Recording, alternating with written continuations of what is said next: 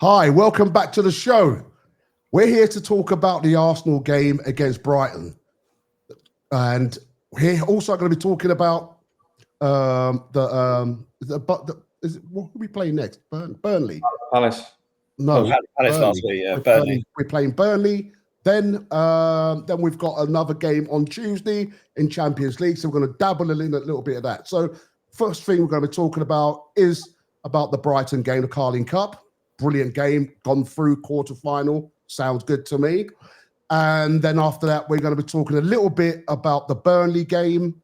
But before that, I think we're going to talk about the Burnley game, and then we're going to be jumping in a little bit about the Champions League for Tuesday. So here we go. And I'd like to welcome back Adam. Forget Palace. I'd like to welcome back Adam. Cheers, Pat, and welcome back. And I'd like to welcome back the person who's not taking instructions at the moment, Jake. Where is it? I don't know. How you doing, buddy? Yeah, all good, mate. All good, thank you. Good. Right. So, everyone else in the chat, whoever's watching, thanks for watching. Please subscribe. Please follow, and please do a like. It really would help our channel. We're trying to grow it, trying to make it the number one. But we'll see what happens. All right. So here we go. Well, I want to talk to you. I want to talk to you first, Jake. What stood out for you in the Brighton game? Well, first, I think we've got to start with the starting lineup. Obviously, I think it was 10 changes. I personally wouldn't have made that many changes. I think when we all saw it yesterday, we had a little chat amongst ourselves. But I was saying, in particular in the midfield, I would have kept Rice or Zubimendi, one of them in that midfield, and I probably would have kept Gyökeres up top. That was the only changes I would have made. I was happy with the other ones that Arteta made, but yeah, Gyökeres up top and Rice or Zubimendi in for one of those midfielders. Even I was saying about giving Rice or Zubimendi 45 minutes each and maybe sticking Marino up top if he didn't fancy Gyökeres. But yeah, as far as the starting lineup, I was surprised with the amount of changes we had. It was made better I thought Brighton would have gone a bit stronger. I thought they would have started Welbeck and had a few other first teamers in there to go for it, because I know they've had a couple of bad results recently. So I thought they might have gone for it at the Emirates and played their strongest team, but they didn't. So that helped us out in a way. But yeah, that was the major thing that stood out for the game. As far as the game itself, first half, I thought we got away with it. We could have been 2-3-0 down quite easily. Every time they were getting us on the counter attack, and the amount of space that some of the players had, I think if Welbeck was up top, he probably would have finished a couple of them, and it could have been a total different result going into half time. Our players weren't up to it, and Wary was off the pace a little bit, but it's hard for these players to come in, obviously, when they're not starting games regularly. But yeah, there were a few players that off it, and Wary was one of them. Lewis Skelly was spending too much time on the ball, I noticed as well. But yeah, I think there was just too many changes in the first half. We got away with it, but second half we obviously got them in, had a chat with them, and we looked a lot more solid in the second half. I would say we were conceding a lot more chances, and we were getting on the ball a bit more. So yeah, all in all, we got away with one, I think, in the first half, but managed to bring it back in the second half and looked very comfortable. And yeah, a couple of open play goals as well, which is unfamiliar for us. So it was nice to get a few open play goals as well, and get us into the next round. So overall, good. Couple of negatives in there, but it could have been a lot worse. Obviously, Dowman making his debut as well was a big statement from us, and he was one of a few shining lights from that performance. I'd say it wasn't great. Right, Adam, what did you make of the performance? I think Jake's right. I think we got away with it a little bit. I think when I saw the lineup, I think 10 changes. The one thing I would say, like it was a strong lineup considering there was 10 changes. There was a couple of players in there that obviously we haven't seen too much of, especially Anus up front. But I said the back four. You look at the back four and the keeper. That would be a very strong back four and keeper in time in the Premier League, and I think that shows the strength and depth. I think the central midfield, it showed you how, as Jake said, it showed how important Zubimendi and Rice are. We were really. I felt a bit for Norgard yesterday. He was very exposed at times in there. I mean, Brighton played Belieber, who's been one of the best central midfielders in the country this season, and I think he got overran in there. And as I say, it reminded us kind of how open we haven't been. I say with a clinical finish or two, we would have been 2-3-0 down, and we'd be having a very different conversation today about, is the squad quite as strong as we think it is, and can we afford to lose certain players? I think we've got into this kind of false sense of security where we can't lose. We can lose kind of anyone. It made me a little bit worried if we lost Mendy and Rice yesterday long term. That who would we actually have in that position? Equally, I think it was job done. We only got 20-30 minutes out of some of the big players, and some were completely rested. So. Again, a tough quarterfinal coming up, but it's great to be fighting on all four fronts, and to kind of get through with a clean sheet, however we got it, with resting a few players. It was job done. It won't live long in the memory as a great performance, but there was some good performances out there from a few players. But as I say, it didn't really no one stood out. You thinking they're going to kind of go and reclaim their pace from anyone. It's difficult to get in a Carabao Cup game to make sure that you're going to go and take someone else's place. It didn't feel like anyone was under threat from that performance. Yeah, I mean, for me, I mean, Brighton had a better start. All right, and I think the two big early chances on the goalkeeper, it shaped what was things to come, if I'm honest. And I felt that when I was watching it, I felt that did they have enough time to prepare for this game? Meaning, did this 11 do something on the field? Did they were they practicing on the field? I mean, another 11 playing against them, because for me, I felt the middle wasn't there. The midfield was wide open, and they went through the midfield too easy, way too easy for my likings. Okay, Norgard.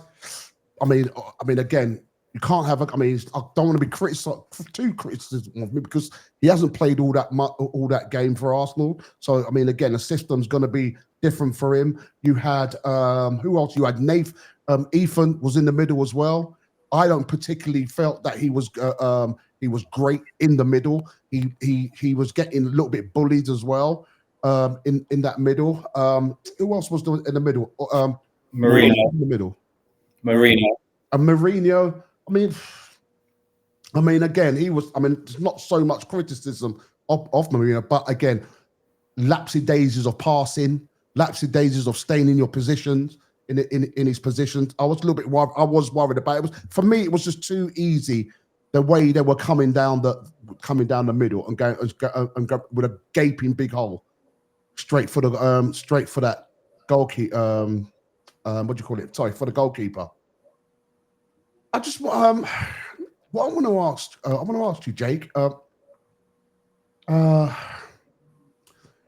How big was the result for the momentum for Arsenal? Oh, massive. I think there's been things thrown about the October that we've had. I think it was 6 games, 6 wins, no goals conceded.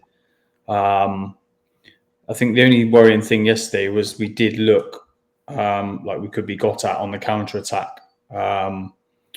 So that was the only thing, but I'm not too worried about that. I think that is just one change of personnel. As I said, I know it's simpler, easier said than done, but I think if Rice or Zubimendi was in that midfield, it would have been a completely different game in that first half. But yeah, it's massive for momentum. I personally, I know the League Cup is the lesser prize out of the 4 that we're going for, but I really want us to get a League Cup. Ever since that Birmingham game where we lost in the final, it's really annoyed me that we don't, and we have got close in since then, but obviously never got it over the line. So I do really want to win this League Cup, to be honest with you. So massive for momentum. We need to we should have the squad, but he just needs to make minor changes. Obviously,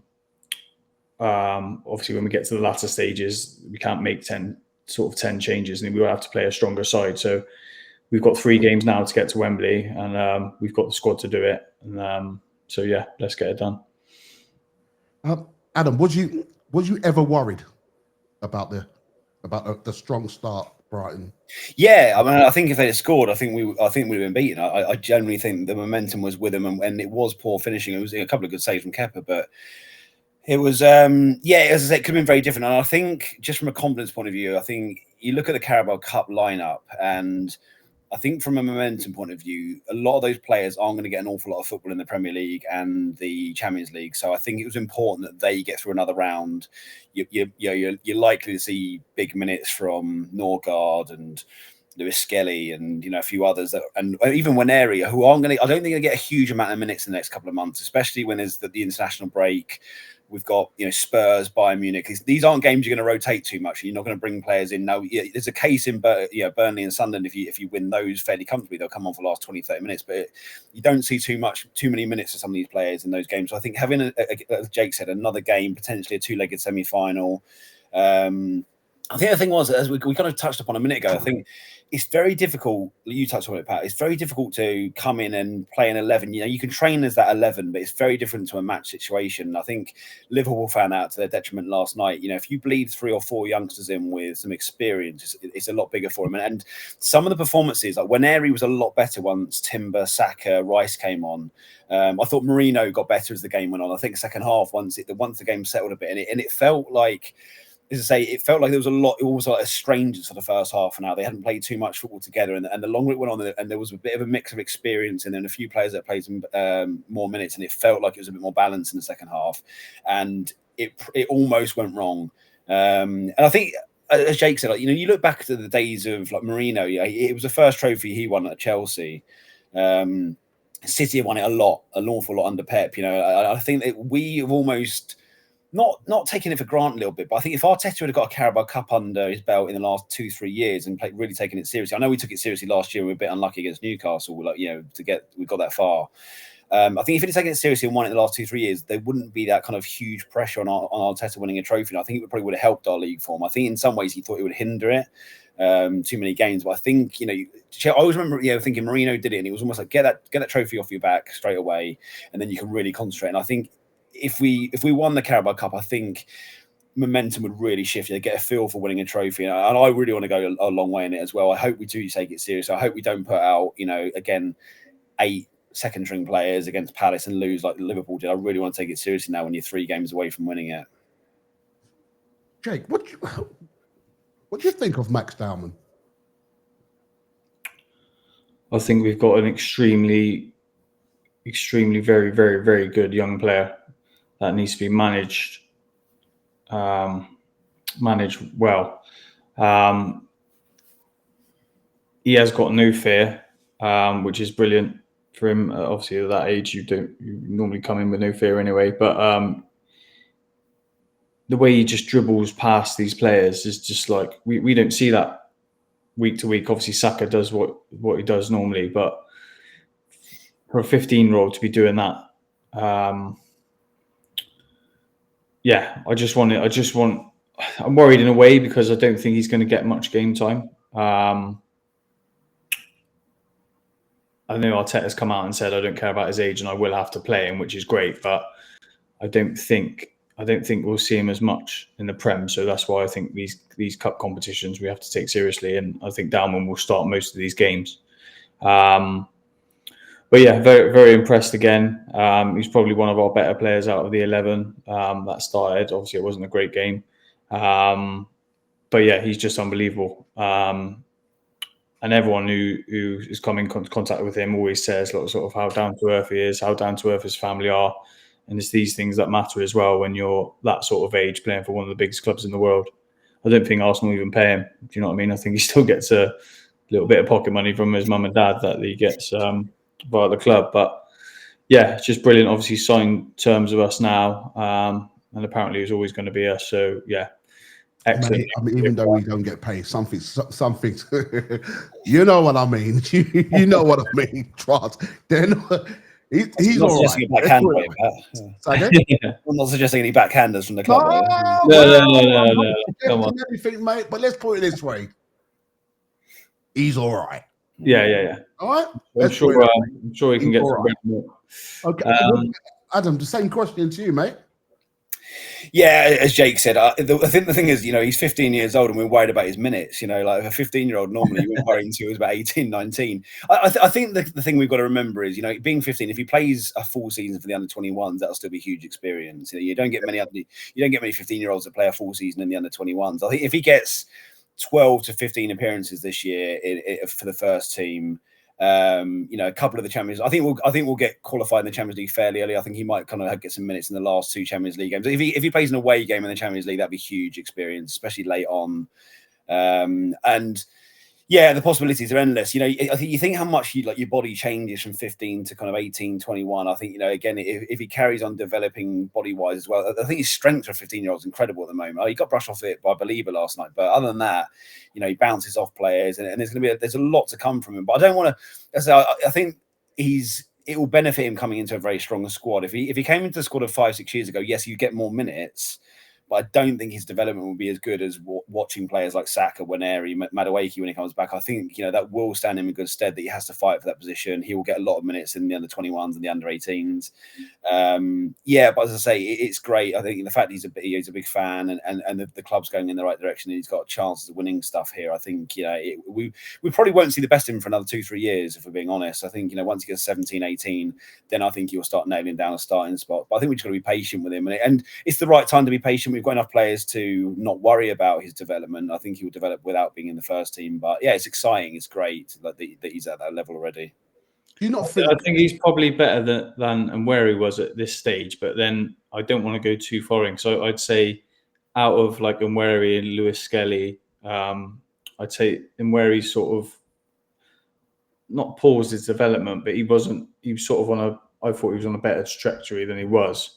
And that's probably due to lack of minutes as well. But I don't feel like Nweri's on the same level as Lewis Skelly, shall I say. But as far as talent's concerned and potential, then yes, he is. But as far as where is he at now in the sort of pecking order, I'd say he's below Lewis Skelly. And obviously Lewis Skelly isn't getting major minutes. But yeah, that's my only thing with Dowman. I don't want to go gung-ho like when we have Wilshere coming through and obviously Nweri coming through, and then 2 years down the line I thought Nweri might be a bit ahead of where he is now, shall I say. But yeah, it's obviously a good problem to have because he's probably the world's best 15-year-old, I'd say. Well, you've just basically touched on, sorry, I'm just trying to get some things in order. You've just touched on Ethan. What do you think of Ethan? Adam? I think he's a great player. I think, as you say, Jake, he didn't play great yesterday. He's fallen down the pecking order a little bit, as Jake said. He's right. And I think we got very excited about him last year, and we got very excited with him because he almost had like enforced minutes with Saka's long-term injury, and we didn't have that kind of depth that we have this season. We didn't have Eze. I know Madueke's out, but Eze and Madueke are likely to be ahead of him at the moment. I don't think it's a bad thing for his development. He'll play a lot of minutes for the under-21s, and he'll come on and probably rotate in some Champions League games if we're already through. His talent's endless, but as I say, you've got to be careful. It's a British thing. We get very excited with young talent. You only got to look at kind of play like Dele Alli. Like Dele Alli at one point was a £100 million midfielder.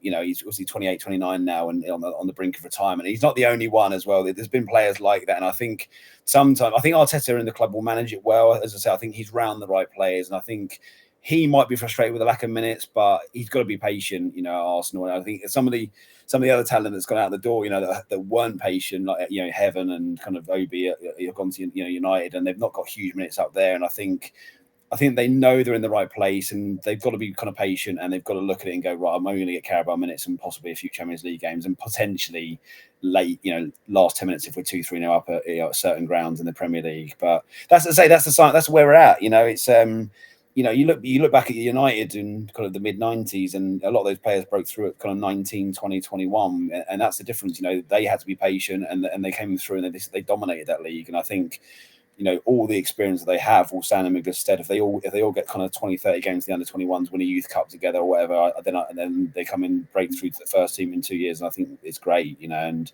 it does probably save us a lot of money in the long run as well with big signings. So he's a great player. It just, I think we've kind of just taken a step back a little bit and got this year and said, look, he is still only 17, 17, 18, and we have be a little bit patient at times. Guys, I completely forgot his name. Who's on the screen now? Anyone can help me out? Manus. Is it Manus? Yeah. What did you think, Jake? How do you think he played on his first debut on? I think he done well. To be fair, I was shocked when I did see the starting lineup. I think there was mention of, or they had a few photos of him before the Palace game training, and I thought, oh, why is he there? And obviously he's in the picture for the Carling Cup game. But yeah, he done well. He was unlucky not to finish that when Timber went on that amazing run, because he's a world-class right back, best right back in the league. When he went on that run, and obviously Saka finished it after he made it. But he's making the right runs. That's what I was trying to say. Beat around the bush. But he made some good runs in the game. And yeah, obviously it's brilliant for him. I don't think long-term he'll be here for a while, but it was a good performance from him. He was making some good runs, and I think that's one place where obviously if Havertz was fit, Havertz would have probably started the game, or even Marino up top. So it was brave from Arteta, and obviously the bench we had, I think I said to you guys, was probably the best bench we've had since I've been an Arsenal fan anyway. But yeah, it's good for him. It's good for him. As I said, I don't think he'll be here long term. But what do you mean he won't be here long term? What do you mean by that? He's going to be sold. He's going to be going out on loan. What do you mean? I just don't think. Yeah, he'll either go on loan. I don't think he will be our number 9 in 5 years' time, for example. I just think. But he's 17 years old. You not have faith that he can develop? Well, I just don't think he's going to be that good. What do you reckon, Adam? You agree? It's hard to say. I've not seen enough of him, but we've had players like this in the past. J. Emmanuel Thomas came through years ago, huge reputation. We've had the other young players that come through as well.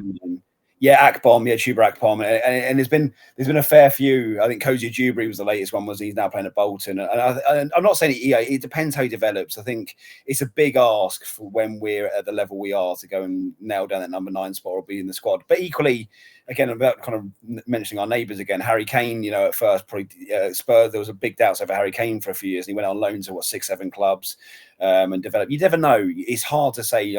People can really develop and come back, but I think, as Jake said, he probably won't get a lot of minutes in the next couple of years. I think it was nice that he got that position. I think we went out of the Carabao Cup, you wouldn't see him again for probably 18 months probably. But as I say, I hope he does well. It's always nice to have especially at number 9 coming through that's one of your own. But big ask for him, big pressure. Well, if he's got the potential, send him out on loan.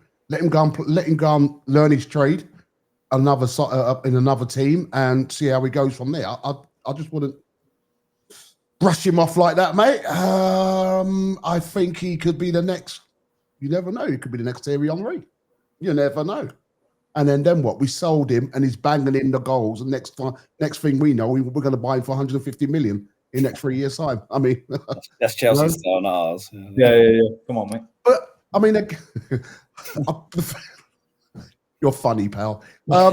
But saying that, I mean, going back to with Matt, I mean, again, I don't know. Maybe it's me. I personally, I mean, don't get me. I think the guy's great. I think he's going to be the next thing since sliced bread. But on that night, personally, I saw you see the potential. You can see it. But at the same time, again, for me, that what annoyed me, there was nothing. There was no end product. Hopefully, with better players around him, as in the better players in our squad, I think he'll do brilliant. And obviously, with Timber behind him, not that White did anything wrong. I thought White played well, to be fair to him, coming back after not playing for a long time. But I think with the likes of Gyökeres up front doing running for him, and obviously the midfield, our strongest midfield, I think it'd be a totally different story. But yeah, with Dowman, we've just got to keep letting him come on for these last 20 minutes. Obviously, Madueke coming back Yeah, early. I get that. But again, you have to have, for me, again, there has to be an end product.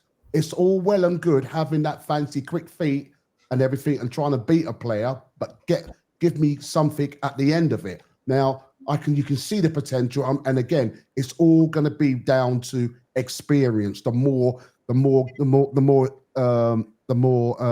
what's the word? The more chances he gets to play. But it's all well and good, got quick feet and everything else, but don't always look for a penalty. That night when he went down for a penalty, that weren't no penalty to me. And that's up to you guys might disagree, but to me that wasn't a penalty. Max put his foot down. He left his foot there. He dragged his foot. Now you can't always do that because you're going to get caught sometimes. Okay. Now again, touches when you've got the ball, you're beating one player. Okay, can you beat a second player? But when you beat that second player, what are you going to do then? When he was doing that on that right hand side of the wing, he was getting caught out. That's my opinion. Again, I was watching it. He was getting caught out. He was holding on to the ball for too long. You can't in the Premier League. I mean, I know it's not a Premier League game, but in England, you can't hold the ball for too long. You can't, and you're going to get caught. And a lot of our players did. Eze did the same thing, and I think he did that in the first half as well. Mourinho or someone was open. He was on the left-hand side. Again, he beat one player, took the play, and then he went sideways, and then he could have either taken a shot or passed the ball. In the end, he took too many touches. They took the ball away from him, and they went on a break. Max Dowman did the same thing. It's not only those two. If you go back and watch the game, too many of our guys are holding the ball for too long and trying to beat every single player. You can't do that. There's players that's open. Let the ball go. Let loose. That's my opinion. And I was frustrated with it yesterday. So frustrated with it yesterday. But again, that's what I saw from it. But I don't know. Let me ask you guys about how did you think they got Kepa? How do you think Adam? How do you think he played? Yeah, he's really good. Really good. Couple of big saves in there. He's an experienced goalkeeper. He was 67, 70 or 71 million, wasn't he, for Chelsea when they brought him in? And you can see he's an experienced goalkeeper. And he's very good. I don't think David Raya is not untouchable, but I think I don't see Raya's position under any threat. But he's a fantastic backup keeper to have, especially with the amount of games we're going to have. Some of his distributions a little bit. Yeah, it's not really strength, but again, I think it's an important aspect of the game. But for me, the bread and butter of my goalkeeper is he going to keep the ball out the back of the net, and he does that. I think he commands his box pretty well. As there's a lot of shots coming in, especially low down that he got to very early. As I say, I think when I look back at some of the backup keepers we've had in the last few years, and I look at the team news and go, oh my god, I'm worried here. I don't worry about him. If Raya got injured, I wouldn't be massively worried. Obviously, we'd miss him as a player, but I think he's one of the stronger backup goalkeepers in the league, and I'm not concerned when he starts. Jake? Yeah, I agree with Adam, to be honest. He's we've probably got one of the best second keepers out there, I'd say, as far as quality and experience and what he's achieved in his career. So, yeah, he's done really well. Obviously got us out of trouble a couple of times yesterday with some decent saves. His distribution isn't the best, but as long as he's keeping a clean sheet between the sticks, I'm not too bothered. But happy for him to come in for the rest of the Carling Cup and FA Cup games. I imagine he will. I will start them as well. But just good squad depth again. We've never ever really been in this position, keeper wise anyway. So good problem to have. Okay, well, look, I want to talk a little bit about Lewis Skelly. What's your thoughts? How do you think he performed on the night, Adam? I think with Lewis Skelly, he's brilliant on the ball. He's great going forward. But let's talk about the first half, because I think I mentioned in the chat last night. For me, there's lapses of concentration, and sometimes he gets caught too high up the pitch. He's so keen to get on the ball, and this is why I think he's lost his position in the league to Calafiori. I think he's so progressive on the ball. And he's so talented that sometimes when we do lose the ball, he's about 10 yards ahead of the person that's lost the ball. And it happened, if you look at the 2 chances that came, there were balls that were played in behind Hincapie and Mosquera, like into that kind of channel where he would and should have been. And you don't really see it with Calafiori. And that's where I think at the moment he still needs to learn defensively. So, you look at the run he did against Atletico, and that the talent's undeniable. And I think he'll be a very good left back in the long run. I think he could even be obviously a midfielder, but he still worries me a little bit defensively at times. And that was highlighted yesterday. Now, don't get me wrong, he didn't have Saliba and Gabriel next to him, nothing against Mosquera and Hincapie, but you don't have the best back four. Your top talent in there, but he concerns me a little bit at times, and I think that's why he hasn't had many minutes in the league at the moment, and why we've been so solid with Calafiori, because Calafiori will kind of go forward, as we mentioned the last couple of weeks. He'll drift over to the right wing and the left wing, but he's very disciplined. I was just about to say they're about the same sort of player. They both do the same. But I think Calafiori does it at the right times. I think he does it when we know we've got a bit of cover. And I think when we're under the cosh, Calafiori keeps his position better than Lewis Skelly, and he doesn't lose concentration. He doesn't get caught in behind like Lewis Skelly does. It happened a couple of times. I think it was against Atletico late on when he came on as well, and he got caught in behind a couple of times. And I think there's just a little bit of a lack of discipline. It's why he got a couple. I know a couple of them were harsh last year, but he got caught, yellows and red cards last year where he got caught out of position, and he was chasing back and obviously kind of like bundled people over or kind of dangled out a leg. And I think it will come with time, but it's the part of the game I think he needs most work on at the moment.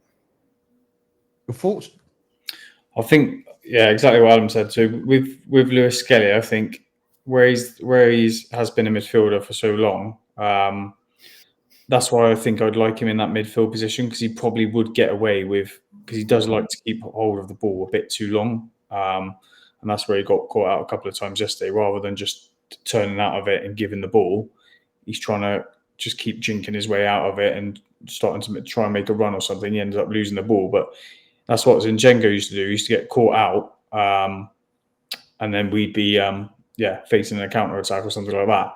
If he was in that midfield position, we'd obviously still have everyone in our back four anyway, in a position to clear it up, or Rice in behind him to clear it up. But I think that's always been a problem with Lewis Skelly. It was just highlighted a bit more yesterday. But right, with Adam said, like, he's had a couple of sendings off or yellow cards in that exact situation where he's lost the ball, and then normally he's quite clever and quite savvy at his age to make a challenge or just come across the player, just so it's not. But I think the refs are on him because obviously he got found out a couple of times last year as well. But that's my only worry with Lewis Skelly. But I think if he was an out-and-out midfielder, I think that would just come with it more experience of games of playing in the midfield. And but you can't give the ball away in the areas that he has been, especially yesterday. Okay, how did you guys feel about the fullbacks? How did they, perform together? What did you think, Adam? Yeah, Ben White did well. As I say, it's a real weird one with Ben White because, as Jake and I love Timber like Jake does, and Timber for me, I would swap for no one in the world at the moment. And I think Ben White is probably a top 5 right back in the league, and he can't get a sniff. Again, it's a little bit like the Kepa situation. If Ben White plays any game, I'd never be worried about Ben White, but Timber's just had a slight level up at the moment. But he's. I think again, I never worry about him. I very rarely see him get beaten. He's had injuries. He's come a little bit injury prone the last year, but even if he comes back, he's always solid.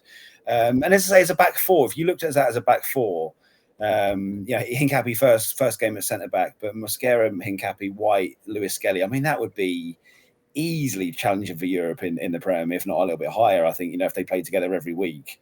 Not an area I'm concerned about. It's a bit of a shame for White because I do like him as a player, but he's got some real competition over that side. Jake, what about Hincapie and Mosquera playing together? Yeah, I think both had good games. I think Mosquera probably played a bit better than Hincapie. I think Mosquera was quality yesterday. But taking nothing away from Hincapie because he did all right as well. I think obviously they had quite a lot to do in the first half from the counter attacks that we kept receiving from Brighton. But really impressed. We've never had like second or backup or second choice, centre backs of that quality. So Mosquera, I was really pleased for. Again, he just looks solid every time. So composed that is, and he was only £13 million, which is an absolute joke when you think about it. And Nkappi as well. I think he could become a fan favourite, just the way he works for the ball, and quite tenacious in the way he defends, which is obviously get the crowd up and going every time he makes a tackle. So yeah, really good centre back pairing. I think obviously we'll probably see it a bit more than both if we go further in the Carabao Cups and the FA Cups. I think that's probably our starting centre backs for those competitions. So you guys, would you both feel confident if either or Gabriel or Saliba was out? One of these two, Nkappi and Mosquera. Is it Mosquera? Mosquera. Yeah, can deputise for these guys. You guys are happy with that? Yeah, I see no issue. Going to get as a deputy, but I think Gabriel and Saliba as a pairing is just so strong. There's nothing against Mosquera and Nkappi. They're brilliant players. I think if you lost one for 3 or 4 months, you'd be slightly worried. I think Mosquera is probably slightly ahead of Nkappi in the pecking order, but I think Gabriel and Saliba, you only got you go back to Palace last week, and you look at, as Jake said, the whole of October. I think Mateta gave Saliba a few issues in the first half against Palace last week, but Mateta's given everyone issues this year. You see what he did the week before when he got the hat-trick against Bournemouth, and Bournemouth have been pretty sound defensively. And I think, he did have a few issues with him, but other than that, once they got settled, then they really handled him well in the second half. And I say there's not many people that rattle them as a partnership, and I think the partnership is so. They work off each other so well. They've got slightly different attributes. Gabriel's a bit more that kind of old school up and atom, and Saliba's a bit more that kind of Rio Ferdinand kind of classy, relaxed defending kind of style. And it just complements each other perfectly. I would be confident with either of them deputising, but I think if those two stay fit, they were going to win one big trophy and potentially more. I don't want to get too ahead of myself, but I am. So, but I know you talked about them too, but I was looking at the way those two were playing yesterday, and I think there was only one. I think it was only one mistake that Mosquera made. Yeah. And I think he slipped or something. He held on to the ball a bit too long, didn't he? Yeah. Holding on the ball for too long. And but I mean, again, excuse me, taking nothing away from him since he's been deputising for Saliba, I think he's been absolutely. I was giving him 9 out of 10 so far. So I'm not worried about that. Nkappi, I've watched him. You can see the potential in this guy. He is strong. He's quick. He takes no nonsense. His tackling is pretty good. So I think Arsenal has got as deputies those two guys. I'm happy with. So, and Ben White, to be honest, Pat, I think. And Ben White. I've never, and even if we had to, he didn't look too sharp yesterday because some of the passes or some of the things that he was doing. I mean, but that's because obviously it's lack of game. But if Ben White played at centre back for a game again, I wouldn't be overly concerned, especially if it wasn't against a City, Liverpool, or Chelsea. I'd be pretty confident with Ben White at centre back, and that's potentially a 5th choice centre back now. It's an incredible situation to be in. Yeah, no, I agree. Let's move into the second half because we spoke more about the first half. Before we go into the second half, because how things changed with the substitution and everything else. But I want to talk a little. I want to hear your perspective on how you guys felt the middle, the midfield. Was it a right midfield? Could you see the gaps in the game? Was you worried about how it was structured? Jake? First half, definitely, but I think it was mainly from our mistakes, or I think a couple of times from our corners we got hit on the counter attack. Or one of them wary, or one of the other players lost the ball. So I think it was mainly from our doing and not getting rid of the ball quicker to our wingers or whoever it may be, holding on for the ball too long and then getting caught.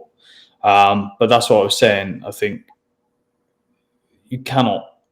Even when Eze went out to the left, we've been so used to Eze and Eze himself being in that middle of the midfield as well. So to completely change the midfield, I think that probably shocked Arteta in the first half how easily they were getting through to us. But in the second half, obviously, we didn't make any changes, kept the same midfield, and I felt they were a lot better. So whatever Arteta said to them, or they made some slight changes at half time, we obviously came out a lot better, and we didn't look as vulnerable at the back, shall we say? But yeah, if it was me, I would have. I still feel like, I know we don't want to burn anyone out, and we've got our strong spine that will hopefully get us to the end of the season with some trophies. But I still feel like you could have played Rice or Zubimendi for 45 minutes, and we wouldn't have had that scare in the first half, and it could have been a lot more comfortable because of that performance yesterday. That's the only time. A couple of times against Man United when they kept playing the long ball. That's the only couple of times I felt a bit vulnerable in games this season. Because otherwise, obviously, most teams aren't even getting a shot on target against us, let alone a shot. So, yeah, I think that was a bit of probably a wake-up call for Arteta and some of the players as well. But I think it may have been too attacking. But I think he probably took the risk because he knew we had such a good bench, and he could have changed at half-time if we were 1-0 down or 2-0 down, and we probably would have got the result back. But yeah, I think a lesson to be learnt for next time, that you've got to have Zubi or Rice in there just to steady the ship a little bit more. Do you agree, Adam? Yeah, I think it highlighted for me again that Marino's not a holding midfielder. Again, this is kind of myth that he's a defensive midfielder and Arteta goes ultra defensive. He's played up front for Arsenal. He's scoring goals for Spain, and I think Norgard got really exposed yesterday. I think he got even more exposed, and then again, nothing against Dowman, but when Dowman's playing on the right wing and the 15-year-old, he probably isn't as disciplined as a Saka at tracking back, and at times it felt like Norgard was against 2 or 3 midfielders on his own. Marino and Waneri again. Waneri probably not naturally defensive. You've got Waneri and Dowman together. It was an awful lot of work for Norgard to get through. When you consider that we normally have that pivot of Rice and Zubimendi together, if one goes, the other one stays. And it felt like at times that Waneri, Dowman, Eze were all kind of caught upfield, and we lost the ball, and Norgard was just trying to kind of face 2 or 3 midfielders, and that's why they got through quite easily. I think in the first 10 minutes we got caught 2-on-2 about three or four times. And it was like, Christ, are we 2-on-2 after 10 minutes of a game in a Carabao Cup at home? And it felt really unusual after watching Arsenal and how cautious we are this season. It felt really unusual to be in that situation. It felt like we were like kind of 2-1 down in the last 5 minutes of like a 2-legged game. It was really odd, like the way it started, and we got away with it. Well, okay, right. Moving on. Right, let's talk about he changed things at second half. Brought on, as we can see, brought on Saka, brought on Saka. Help me out, guys. Brought on Saka, brought on Gabriel. Timber came on. Timber came on. Okay, fine. Let's talk about a bit. Who scored first? I can't remember who scored first. Was it Saka or was it Ethan? Was it Ethan? Where he scored first. It was a brilliant play, to be fair. I mean, again, I'm disappointed. I am absolutely disappointed with that goal because it wasn't a set piece. I know. I'm sorry. I think it's wrong. I think Arteta needs to be spoken to about that, because at the end of the day, we're known to be set piece kings, and for him to do that, go against the norm, I think it's wrong. He's not listening to what people are saying. He needs to stop trying to win game. I mean, open play. I'm sick of it. I don't like that sort of game. Do you know what I mean? Entertain the neutrals, not on, is it? Yeah, it's not. I mean, we only know one way, so everyone's saying that we need to stick to that. What do you say, Adam? Yeah, it was a great goal. It was blinding goal, pal. It really was. It was, and it came a bit out of nowhere, really, didn't it? Because there wasn't an awful lot happening in the game before that, and but yeah, no, it was really refreshing to see it. And as I said, the flick from Marino, and it was just, the whole Emirates kind of it lifted. You could feel it. It was a bit flat in the first half. Even Brighton. I mean, you say Brighton had the whole of the lower end of the clock end, and it felt like a real flat kind of game. And it just lifted the crowd, and the atmosphere kind of improved in the second half. And it was great, and it was nice to see because, as I say, it just felt that.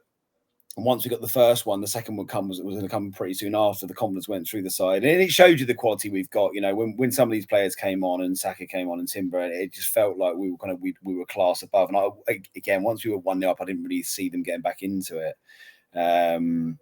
And I think, you know, again, even getting kind of Saka's confidence up again, not say he lacks confidence, but he hasn't had quite as many minutes as he would do at this point of the season. Usually he had obviously a few weeks out, and I think it was nice for him to come on and get that goal. And, you know, he bounces into Burnley this weekend on the back of a goal and another good performance off the bench. I mean, again, what do you say, Jake? I mean, again, I am still annoyed. I'm going to be writing to Arteta, don't do those things again. Okay, because we need to stick with the set pieces. Yeah, I don't. I've got a notification on my telly now, and it just lets me know. It has a little ding when it's a corner or a free kick now, because otherwise there's no point watching it. No. To be fair, it was good couple of goals. Obviously, good build-up play. I think Nweri missed or a shot. He had a shot about 10 minutes before, and it sort of dribbled through to the keeper. And I could see he was annoyed about that. So yeah, it was good for him. Good little bit of short passing, good link up from Mourinho, a little back. I'm just about to say, we're forgetting about Mourinho's little back pass. Yeah, it was lovely. That was beautiful. We missed a little bit of that in midfield. That was beautiful. But yeah, good finish from Nweri. The keeper probably should have done better, I would say, because it wasn't like it was a well placed shot, but it wasn't a lot of speed on it. And then take away his glory. That's all right. Go ahead, mate. Got to stay humble, mate. Come on. And then second goal, obviously, main man Timber just thought, fuck it, I'm going to do it all myself. And had the composure to slot that ball through to the youngster. He obviously missed it, and then Saka does what he does. But I feel like whenever we get 1-0 up, or even a 0-0 now, I'm never particularly worried. Touch wood, but especially when we're at 1-0, it's just like that's when we normally crank up a little bit more. Do you think? I think I should ask this later on, but overall, how did you think the front did? I mean, I'm talking about as a who was it? Who was up front? And we got the youngster. Forget his name. The youngster, and we had Max Dowman on the left-hand side. How do you think the three of them did together? You think they good link-ups? Was there any link-ups with them that caught your eyes, or a little bit? I think it was again. It just felt like players that hadn't played too much football together. We said on here, if you look at the league fixtures, you know, and how much things are improving on game by game, you know, the kind of the way that Saka, Eze, Gyökeres are kind of getting to know each other, and the link ups getting better every game, and it felt like it was the first game of the season, really, like yesterday. And there was a couple of good link ups, but equally there was a couple of times they weren't on the same page together. But that will come with time. This squad is so big that you all have to kind of get to know a lot of different variations of play and a lot of different players. And you could feel that once Timber and Saka came on together, there was that kind of that know-all of like, oh, they knew what they were going to do together, and the flow started coming from the game. So yeah, they did fine. They did fine, as I say. But again, it's probably not a three that will play together an awful lot, potentially outside of the first team, but maybe. We could have had a totally different front three as well yesterday if we could have had Havertz, Jesus, and Madueke. Do you know what I mean? That's the big thing in it for the Carabao coming back. I think if you're looking at it thinking, the Carabao Cup team, we can still rotate and get probably stronger players coming in for the December games when you think those three are coming back. Odegaard probably will be back around that time as well. Yeah, I was going to ask you about that. I mean, you took the word out of my mouth. I was going to ask you, but Crystal Palace quarterfinals. Now, are you playing the same team, Adam? I'm not playing the same team as last night. No, I'd probably keep I'd have the spine very strong, and then probably again, I've got no problem with White playing. I've got no problem with Lewis Skelly, Marino. I don't think I'll be seeing Dowman, Waneri, Anoush playing or potentially off the bench. I think when you're that close, and there's a lot of games in December, but I think when it's that close to a semi-final, then I would be having, like I say, one of Rice and Zubimendi. I'll probably play one of the centre backs. If Havertz is fit, I'd probably play Havertz up front. I'd be playing probably 6 to 7 of the first team, and probably like bleeding for other ones. I think when you're this close, momentum still. Again, a lot can change in that time. The weird thing about the Carabao Cup, there's such big gaps between the actual rounds. Now, I think it's the week commencing the 15th of December.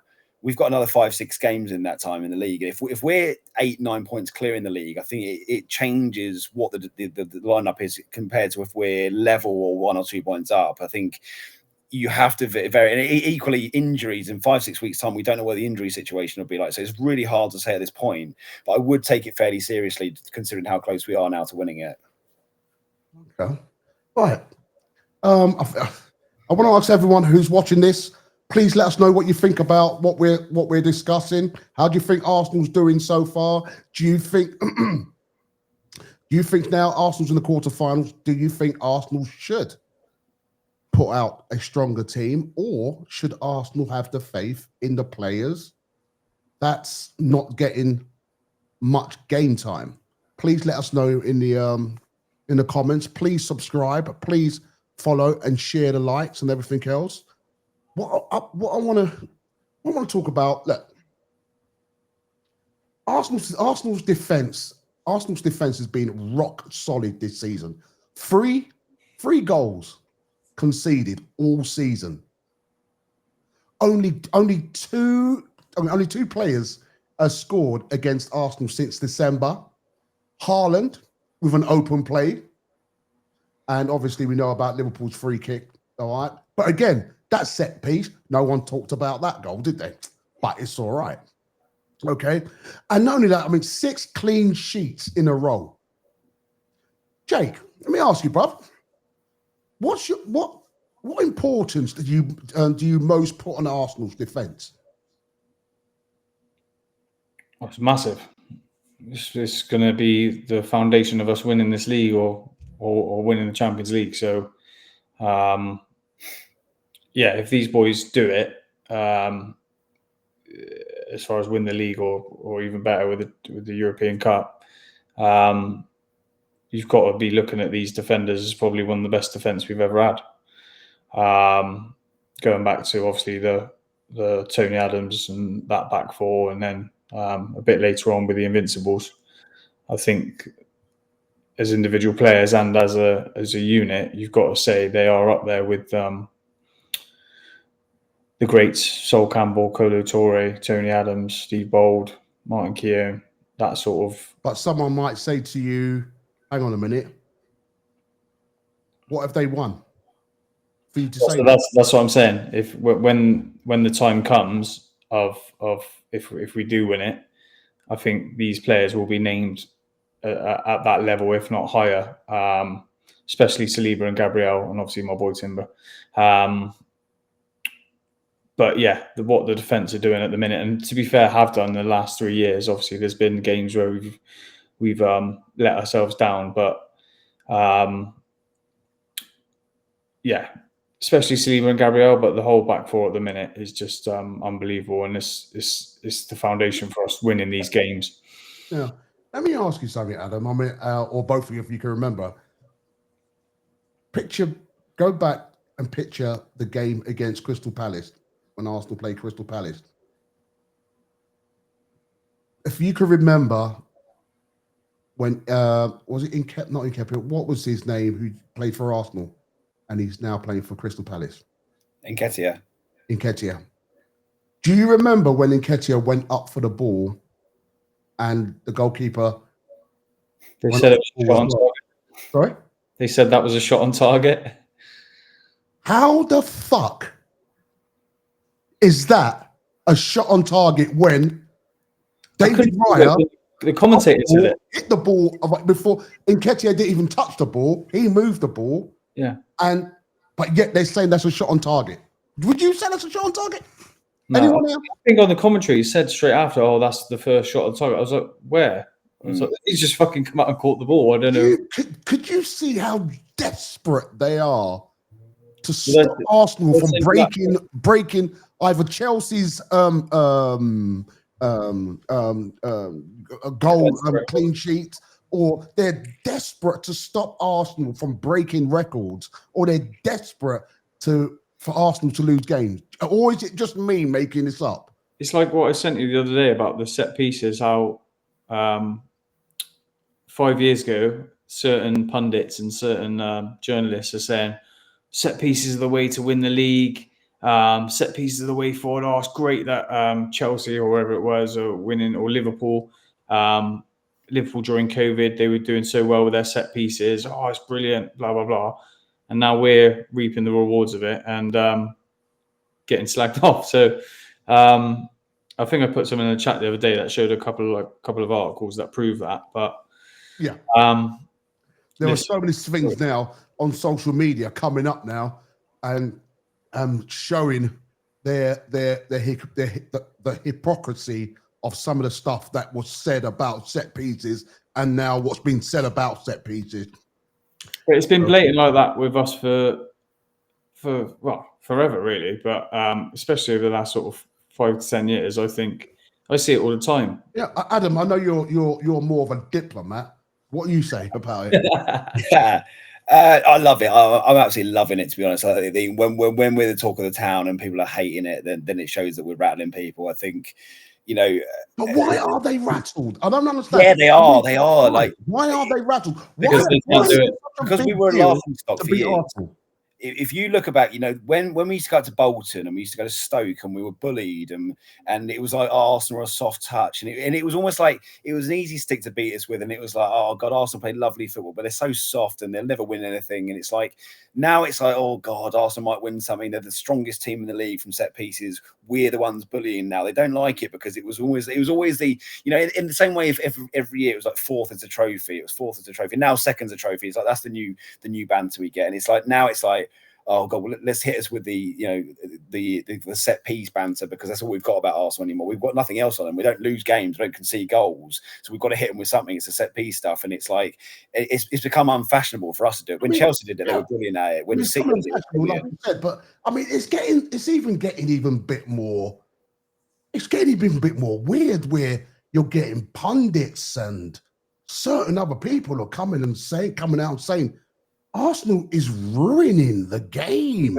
I'm disappointed with Jeff Stelling. I have to say, I've always liked Jeff Stelling, and Jeff Stelling he got TalkSport IELTS the other day. He's like Sky would never have said that. You can tell he's been around Jamie O'Hara and a few TalkSport boys for a bit too long because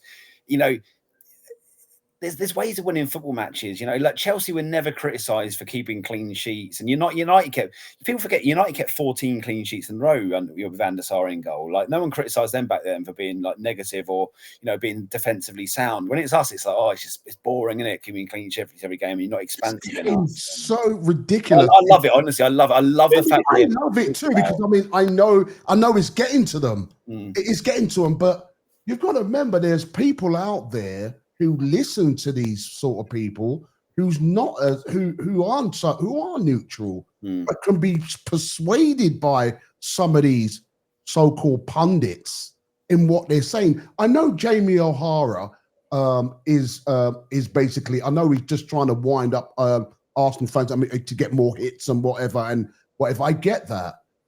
But Jesus Christ, I think they're going a little bit too far, even Sky, because I know Sky is now becoming like a YouTube channel. Because I don't know, because they know they're getting left behind. So they need to bring pundits on like that now to have a banter.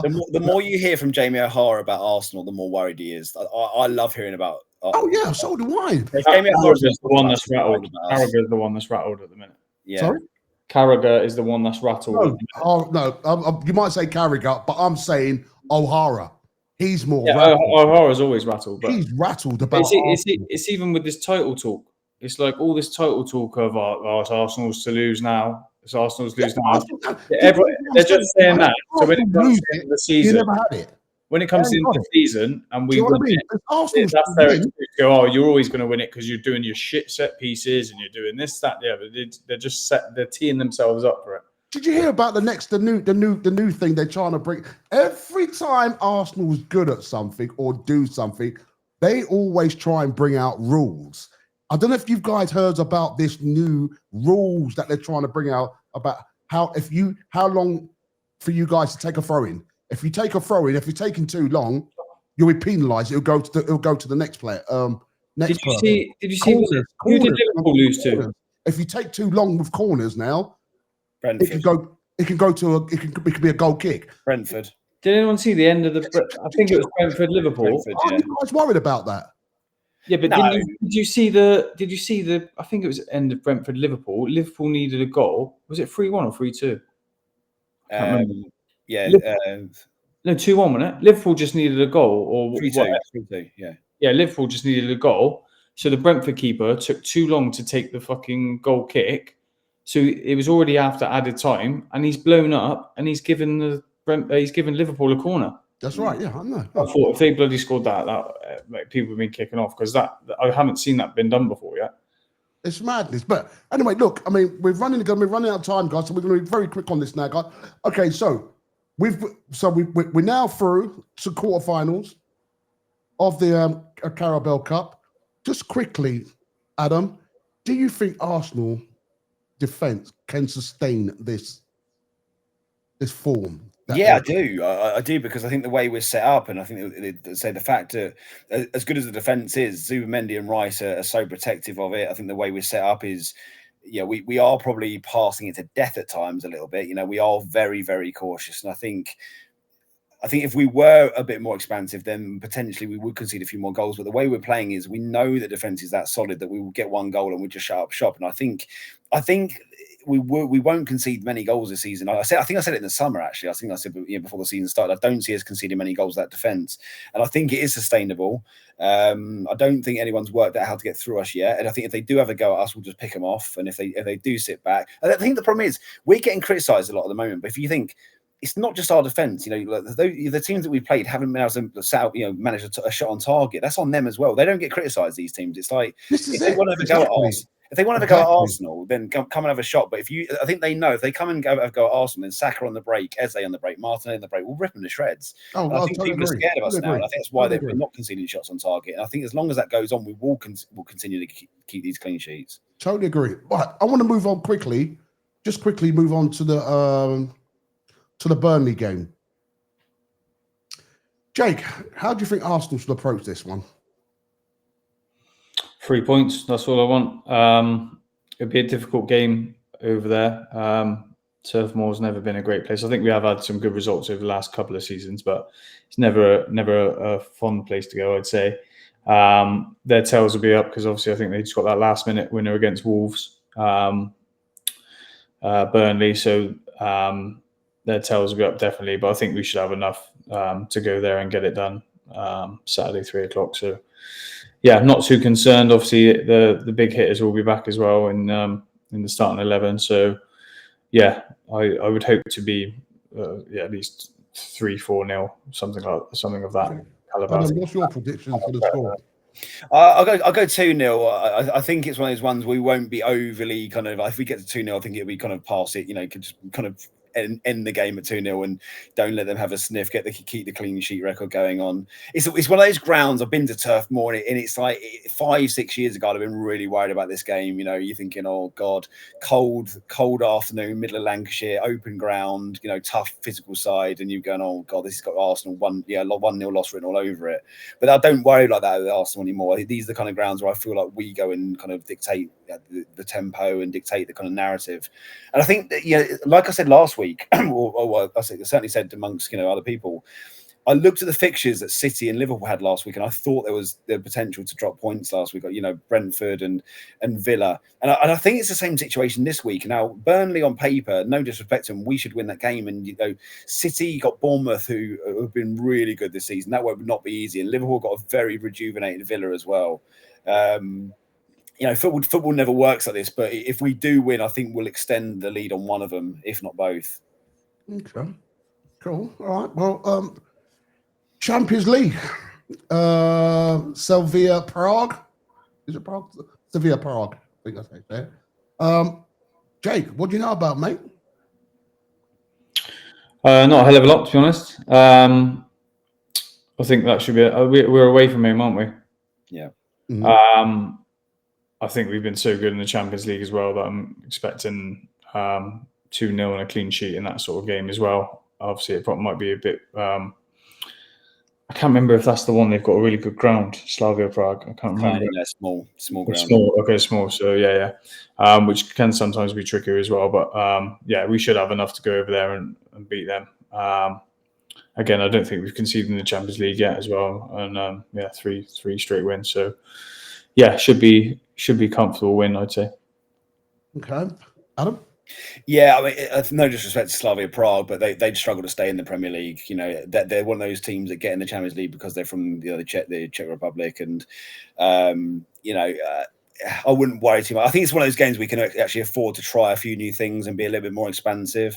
Like we did at Atletico. I think when you've got a group stage and we should win that game fairly comfortably, we can take a few more risks over there, try a few more things, and yeah, I think that'd be a huge shock if we drop points over there. So again, like I said before, in the past, I'd worry about a game like Burnley, thinking, we've got Champions League on Tuesday, we've got the back of our minds. I don't think we've had to worry about it too much. The squad's that big that we go like all full throttle at Burnley, and we'll worry about Slavia Prague come Sunday. Okay, right. Well, everyone in the chat, please let us know what you think, what you've heard, and please, once again, please subscribe, please like, please share please share it. I'm going to recap. Arsenal into the Carabao quarters, I say semi-finals. I think we. Do you think we get to the semi-finals, boy? Hope so. It's a hard draw. Palace at home. I know. The good thing about it, we're at home. Yeah, that's what I think. But I think Arsenal. I think they're gonna have to put out a stronger side. They're gonna have to. They were very well organised on Saturday, so. Without a shadow of a doubt. Okay, so Arsenal into the Carabao Cup quarterfinals. Youth time to get in the semi-final already. I know, mate. The youth start. Nathan, Dowman, and what's his name? Anus. Huh? Anus. Scottish. And Anus stepped up, and defense is solid as a rock still. Top of the league, Premier League, on top of the Premier League, Champions League looks good as well. Guys, I just want to say, everyone in the chat, thanks for taking part. Thanks for putting in your comments and letting us know what you think. Again, please subscribe. Please follow and share. And I want to say thanks to Adam. Cheers, Pat. And I want to say thanks to Jade, I'll call you Jade. Cheers, mate. Yeah. Jake. Take my heels off. My bad. I'll cut that out anyway. Jake. I'll get a little name badge sorted.